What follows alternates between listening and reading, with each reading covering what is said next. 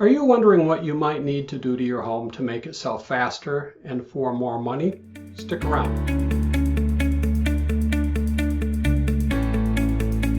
Hi, I'm Bob Baird with Coldwell Banker Realty Gundaker here in St. Louis, Missouri. And my wife and I often get asked, what projects should we undertake on our home that will result in the greatest return on investment? And will those projects help us sell our home faster and for more money? Well, certain projects certainly will impact how fast your home will sell and how much you can get for it. And I like to put these projects into kind of two categories. The first category is what I call the no-brainers. And the second category are those projects which I would consider calling remodeling. And they're typically very expensive and involve contractors. And with those, I can give you the associated return on investment percentages for St. Louis, and I could also give you the nationwide return on investment numbers. But let's start with the no-brainers first. I call these no-brainers because they typically don't cost a lot of money, and most realtors agree that these are things you absolutely must do to sell your home for more money and faster. The first one, and you've probably heard this before, is landscaping and improving curb appeal. Landscaping is critical. It needs to be clean and it needs to be tidy, and you can't have really anything in your yard other than the structures that were designed to be used on that property, on your property. For example, you don't want to have a compost pile somewhere near your home or a bunch of old building materials laying around. All this stuff needs to be removed. The second item is painting. Let's talk about interior first. Interior is not that difficult to do and doesn't cost that much money, whether you do it or whether you have somebody else do it. And that can really make a huge difference in the way your home shows. It also makes your home smell better. It can hide pet odors. And it's definitely something you want to consider. Now, outside, you may or may not want to have your house painted depending on the condition of the siding or the surface, or you may not even have siding, you may have brick, in which case, in either case actually, I recommend that you have your home professionally power washed. And I recommend that you have a professional do it because, one, they have the right chemicals to use, and they also have extension wands and ladders and the things they need to do to get into high places that would be difficult to do or dangerous to do for you. The third item is the entryway. And the entryway is critical. And by this I mean it needs to be very clean and orderly. Remember, it's the first impression someone gets when they come to your home. You just can't have cobwebs in the light fixtures and bees' nests in the corner or an old raggedy welcome mat. You really need to make your entryway inviting and make a good first impression. The next item is window cleaning, both inside and out. I would recommend you have a professional do this. They can do it very quickly, and it can be done at a reasonable cost, and it makes a huge difference, especially on the inside of the home, allowing light to come in easily and clearly to illuminate the work you've done inside your home. The next item is floors. Now, what we often see, at least here in St. Louis, is that buyers are beginning to expect to see possibly carpeting upstairs where the bedrooms are, hardwood on the main floor, and then in the basement some hard surface.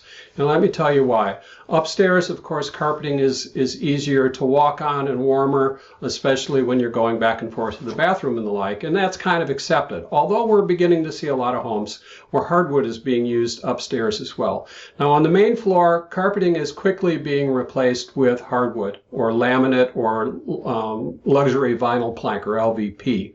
It's not definitely necessary, but if you're considering replacing your carpeting because it's worn or it's stained, then you may want to consider putting down hardwood instead. Now, carpeting is going to run you about $3 a square foot installed, and hardwood's going to run about $6 a square foot installed.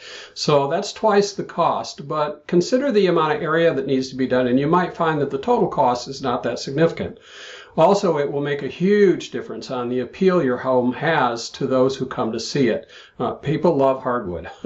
And then in the basement, if you have carpeting, use your nose. Carpeting in a basement and moisture just don't mix. And if you've had moisture in your home, your carpeting could be moldy, it could smell. You might want to consider replacing it either with tile or with, again, luxury vinyl plank or LVP, or some surface that cannot be damaged by water. I would definitely not recommend putting hardwood in a basement because it could easily get ruined.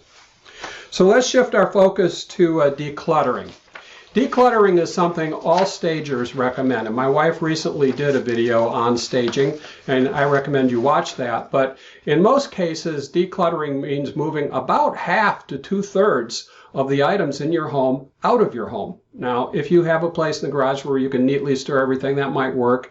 If you have an unfinished basement, that might work. But generally speaking, you want to get them out of the home. Now, what we did when we moved from Virginia to St. Louis is we had one of those pods dropped off at our house, and you've probably seen them. I think the company is called Pod.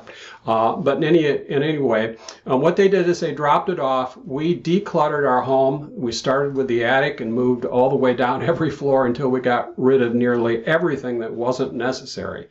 We were preparing for an open house, and it had to be very minimal. And we were also having it staged. So they used some of our furniture and some of their own. But all that stuff went in the pod, and it went away. And it was gone for, I don't know, a few weeks leading up to the sale of the home. And once we sold the home and we closed and we were moving, the pod was returned and it was loaded by the movers into the moving truck with all the rest of the stuff from the house, and then it all went to St. Louis. That worked out very, very well for us. But I definitely recommend decluttering. And the last item I'll mention that falls into the category of no-brainers is a deep cleaning.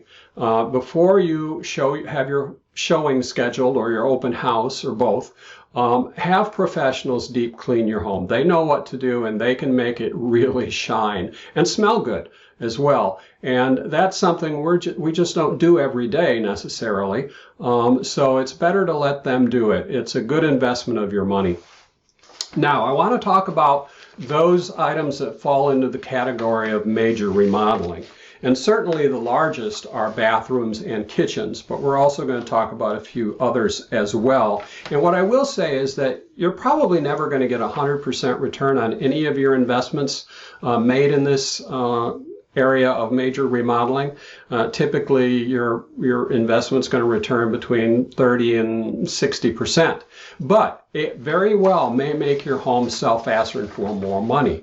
If you have bathrooms that are outdated or a kitchen that is outdated, or you're missing a deck and one is the standard in the neighborhood, then you may want to consider these projects. But let's start with bathrooms. And depending on the extent of the work done on your bathroom and the amenities you add and how upscale you go, this can range, if you're hiring a contractor to do the work, anywhere between $20,000 and $65,000. That's pretty high, and that's on the high end, and that's probably for a master bathroom that has a walk-in shower and a soaking tub and all the things we typically see now with a beautiful floor. But it can be very expensive. Now, the return on investment for a bathroom remodel is somewhere between 45 and 60%. So again, you're never going to get 100% back on these investments, or at least it's not likely that you will. But they may certainly make your home more competitive with the other homes that are on the market.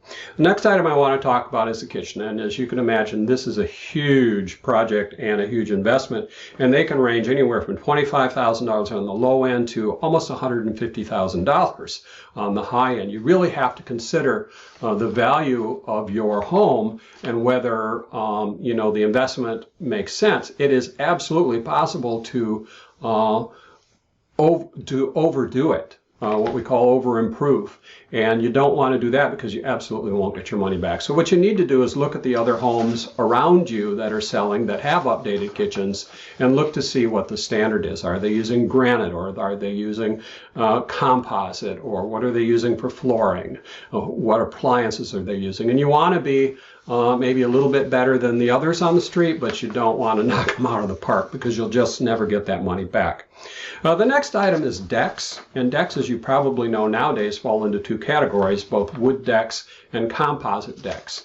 And wood deck will probably run you $15,000 or so, and a composite deck made out of the plastic materials which won't deteriorate, or at least not as quickly, will run probably around $20,000. Now, the reality is just the existence of a deck is a good thing, and not so much whether it's wood or composite, at least when it comes to resale. Buyers certainly prefer composite decks, but your highest ROI actually comes from a wood deck, where a wood deck will return about 58%, where a wood deck will return about 63%, where a composite deck will return about 58%. Next item I want to talk about is entry doors. They run between $2,000 and $3,000, and again, they help with that initial first appearance. A brand new entry door will definitely spruce up your home and make it look very, very nice. And the return on investment for an entry door is about 68%. Roofs, I might have mentioned this earlier, but buyers do expect that roofs and mechanicals like air conditioning, water heaters, and the like have some usable life left in them. So if your roof needs to be replaced, if you've been told that by your agent or a contractor, then you should do that. What it costs depends on how many squares your roof makes up, and by that I mean 10-foot by 10-foot sections. That's how they measure roofs. So you may have 7 squares or 8 squares or whatever, and they'll give you a price per square, or a total square footage price to do a roof. We just had ours done. We have a fairly large house, about a 3,000 square foot house, and I think our roof cost about $15,000, maybe a little less, maybe $13,000, but it's kind of in that range. But the return on investment for a roof is about 50%. But again, buyers expect not have to replace the roof soon. Window replacement. This is a big one. If you have old windows that leak, and windows that are deteriorating, you probably need to consider having some or all replaced. And you don't have to have all of them replaced. You can have some of them replaced. If you do, it's going to run you between $250 to $350 a window installed. That's a good benchmark. So I hope this was helpful. But remember, the remodeling projects I mentioned earlier will never actually get you back 100% of your money. But they will help your home sell faster and for more money. And by the way, the information I quoted comes from a guide called the 2020 Remodeling Data from a website called costversusvalue.com. That's COSTVSvalue.com. My wife and I have an awful lot of resources on our website to help you, whether you're buying a home or selling a home. We have videos that are dedicated to that, and we have videos dedicated just to veterans on our website. I am a former Navy veteran, and so I specialize in working with veterans using the VA loan product. So if we can be of any assistance to you, please let us know. We're here in St. Louis, but if you're somewhere else and you need a great realtor, just let us know. We can find one and screen them for you and make great recommendations. So if you like this video, please subscribe and stay safe and good luck. Bye-bye.